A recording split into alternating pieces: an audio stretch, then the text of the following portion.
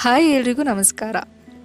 So R C B fans ಅಂತೂ ನಿನ್ನೆ ನೆಮ್ಮದಿಯಿಂದ ಒಳ್ಳೆ ನಿದ್ದೆ ಮಾಡಿ ಇವತ್ತು ಫುಲ್ಲು ಖುಷಿಯಾಗಿ ಎದ್ದಿರ್ತಾರೆ.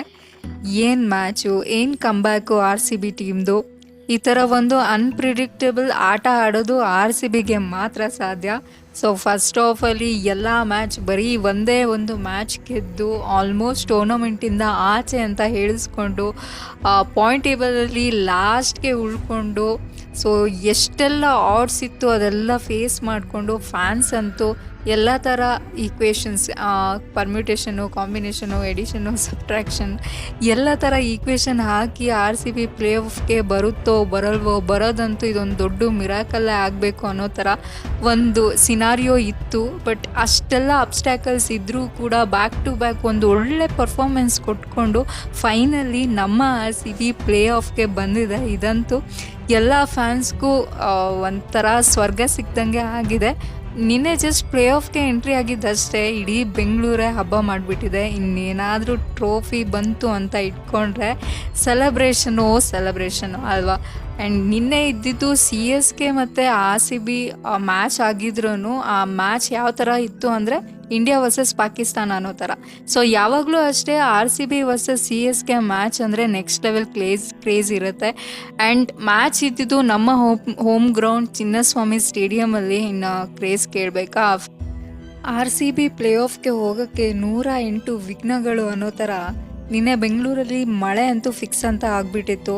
ಸೊ ಮಳೆ ಬಂದು ಮ್ಯಾಚ್ ನಿಂತರೆ ಇಬ್ಬರಿಗೂ ಒಂದೊಂದು ಪಾಯಿಂಟ್ಸ್ ಬರುತ್ತೆ and R C B direct ಮನೆಗೇನೆ. ಬಿಕಾಸ್ ಸಿ ಎಸ್ ಕೆ ಅವ್ರಿಗೆ ಆಲ್ರೆಡಿ 14 ಪಾಯಿಂಟ್ಸ್ ಇತ್ತು. ಸೊ ಇದು ಕೂಡ ನಮಗೆ ಒಂದು ದೊಡ್ಡ ಪ್ರಾಬ್ಲಮ್ ಆಗಿಬಿಟ್ಟಿತ್ತು. So first batting R C B ಮಾಡ್ತು. ಫಸ್ಟು 3 ಓವರ್ಗೆ 30 ರನ್ ಕೊಹ್ಲಿ ಮತ್ತು ಫ್ಯಾಫ್ ಅವರು ಅದ್ಭುತವಾಗಿ ಆಡ್ತಿದ್ರು. ಅಷ್ಟರೊಳಗೆ ಮಳೆ ಬೇರೆ ಬಂದುಬಿಡ್ತು. ಸೊ ಏನೋ ಪುಣ್ಯ ನಮ್ಮ ಕಡೆ ಇತ್ತು, ಲಕ್ ಅನಿಸುತ್ತೆ. ಮಳೆ ಜಾಸ್ತಿ ತೊಂದರೆ ಮಾಡಲಿಲ್ಲ. ಮಳೆ ಸ್ಟಾರ್ಟ್ ಆದಮೇಲೆ ಒಂದು ಸ್ವಲ್ಪ ತೊಂದರೆ ಆಯಿತು. ಬಿಕಾಸ್ ಫಸ್ಟ್ 3 ಓವರಲ್ಲಿ 30 ರನ್ ಮಾಡಿದವ್ರಿಗೆ ನೆಕ್ಸ್ಟ್ 3 ಓವರ್ಸ್ ರನ್ ಮಾಡೋದಕ್ಕೆ ತುಂಬ ಕಷ್ಟ ಆಗ್ತಾಯಿತ್ತು. ಸೊ ಆದ್ರೂ ಕೊಹ್ಲಿ ಅವರು, ಫ್ಯಾಫ್ ಅವರು ಒಳ್ಳೆ ಪರ್ಫಾರ್ಮೆನ್ಸ್ ಕೊಟ್ಟರು. ಬರೀ ಅವರಂತಲ್ಲ, ಎಲ್ಲ ಬ್ಯಾಟ್ಸ್ಮನ್ ಲಾಸ್ಟ್ ತನಕ ಏನು ಮ್ಯಾಕ್ಸ್ವೆಲ್ ಆಗಿರ್ಬೋದು, ಗ್ರೀನ್ ಆಗಿರ್ಬೋದು, ಡಿ ಕೆ ಆಗಿರ್ಬೋದು, ಕೊನೆ ಬಾಲ್ ತನಕನೂ ತುಂಬ ಚೆನ್ನಾಗಿ ಪರ್ಫಾರ್ಮ್ ಮಾಡಿ ಫೈನಲಿ 218 ರನ್ನ ಮಾಡಿದರು. ಅಷ್ಟು ಚೆನ್ನಾಗಿ ಆಡಿದರೂ ಕೂಡ ಎಲ್ಲೋ ಒಂದು ಕಡೆ ಒಂದು ಭಯ ಅಂತೂ ಖಂಡಿತವಾಗ್ಲೂ ಇತ್ತು. ಸೊ ನೆಕ್ಸ್ಟ್ ನಮ್ಮ ಬೌಲರ್ಸ್ ಅಂತೂ ಒಂದು ಚೆನ್ನಾಗಿ ಪರ್ಫಾರ್ಮೆನ್ಸ್ ಕೊಟ್ಟರು. ಸೊ ಒಂದು ಟೈಮಲ್ಲಿ ರಿಂಕು ಸಿಂಗ್ ಅವರು 5 ಬಾಲಿಗೆ 30 ರನ್ನು ಎಲ್ಲ ಬರೀ 6 ಆ ಥರ ಹೊಡೆಸ್ಕೊಂಡಂತಹ ದಯಾಳ್ ಅವರು ನಿಜವಾಗ್ಲೂ ನಿನ್ನೆ ಆರ್ ಸಿ ಬಿ ಆ ಮ್ಯಾಚಲ್ಲಿ ನೆಕ್ಸ್ಟ್ ಲೆವೆಲಾಗಿ ಪರ್ಫಾರ್ಮೆನ್ಸ್ ಕೊಟ್ಟರು. ತುಂಬ ಚೆನ್ನಾಗಿ ಬೌಲ್ ಮಾಡಿದ್ರು. ಲಾಸ್ಟ್ ಓವರ್ ಅಂತೂ ಎಲ್ಲರೂ ಜೀವ ಕೈಯಲ್ಲಿ ಇಟ್ಕೊಂಡು ನೋಡುವಂತಹ ಸಿಚುವೇಶನ್ ಕ್ರಿಯೇಟ್ ಆಗಿತ್ತು. ಬಟ್ ಸ್ಟಿಲ್ ಒಂದು ಒಳ್ಳೆ ಪರ್ಫಾರ್ಮೆನ್ಸ್ ಕೊಟ್ಟರು. ದಯಾಳ್ ಅವರು ಒಳ್ಳೆ ಬೌಲಿಂಗ್ ಮಾಡಿದ್ರು.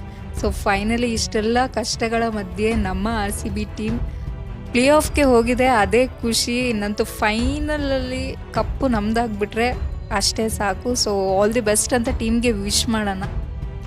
ಸೊ ಇನ್ನೇನಿವತ್ತು S R H, Punjab and R R ಮತ್ತು ಕೆ ಕೆ ಆರ್ ಮ್ಯಾಚ್ ಇದೆ. ಆರ್ ಆರ್ಗೆ ಆ್ಯಂಡ್ ಎಸ್ ಆರ್ ಎಚ್ಗೆ ಇಂಪಾರ್ಟೆಂಟ್ ಮ್ಯಾಚ್ ಅಂತಲೇ ಹೇಳ್ಬೋದು.